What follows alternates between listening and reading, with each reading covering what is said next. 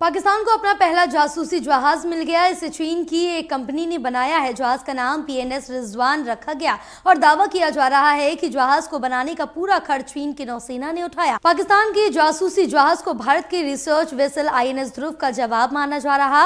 और आइए जानते हैं और आपको बताते हैं कि पाकिस्तान पीएनएस रिजवान भारत के ध्रुव के सामने कहां खड़ा होता है, क्योंकि पाकिस्तान को अपना ये पहला जासूसी जहाज मिला है और इसे चीन की ही एक कंपनी ने बनाया है। जहाज का नाम पीएनएस रिजवान A94 रखा गया और दावा किया जा रहा कि जहाज को बनाने का पूरा खर्च चीन की नौसेना ने उठाया।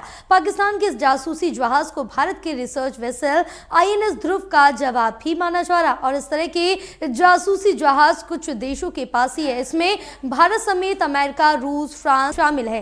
चीन की मदद से पाकिस्तान भी इस सूची में जुड़ गया। फिलहाल पाकिस्तान की तरफ से जहाज को लेकर कोई जानकारी नहीं दी गई। अनुमान लगाया जा रहा है कि चीन के बाकी कथित रिसर्च शिप की तरह पीएनएस रिजवान का इस्तेमाल हिंद महासागर में जासूसी करने के लिए होगा। पाकिस्तान का जासूसी जहाज पीएनएस रिजवान 87.2 मीटर लंबा है और जहाज न्यूक्लियर बैलिस्टिक मिसाइल को ट्रैक करने के साथ साथ अन्य खुफिया जानकारी जुटाने में सक्षम है। सैटेलाइट से ली गई शिप की इमेज में भी पीएनएस रिजवान पर 3 डोम दिख रहे हैं। दावा किया जा रहा है कि इसमें ट्रैक करने वाले उपकरण और रडार है। जहाज को आखिरी बार अरब सागर में देखा गया था, जहां रिपोर्ट के अनुसार इस जहाज के 2 मुख्य उद्देश्य हो सकते हैं। पहला, अरब सागर में इसकी तैनाती करके भारत की नौसैनिक गतिविधियों पर नजर रखना और इससे पड़ोसी मुल्क को भारत की रणनीति के बारे में पता चल सकता है। जहाज का दूसरा संभावित उद्देश्य हो सकता है कि पीएनएस रिजवान चीन की बाकी शिप के साथ मिलकर खुफिया जानकारी जुटाने में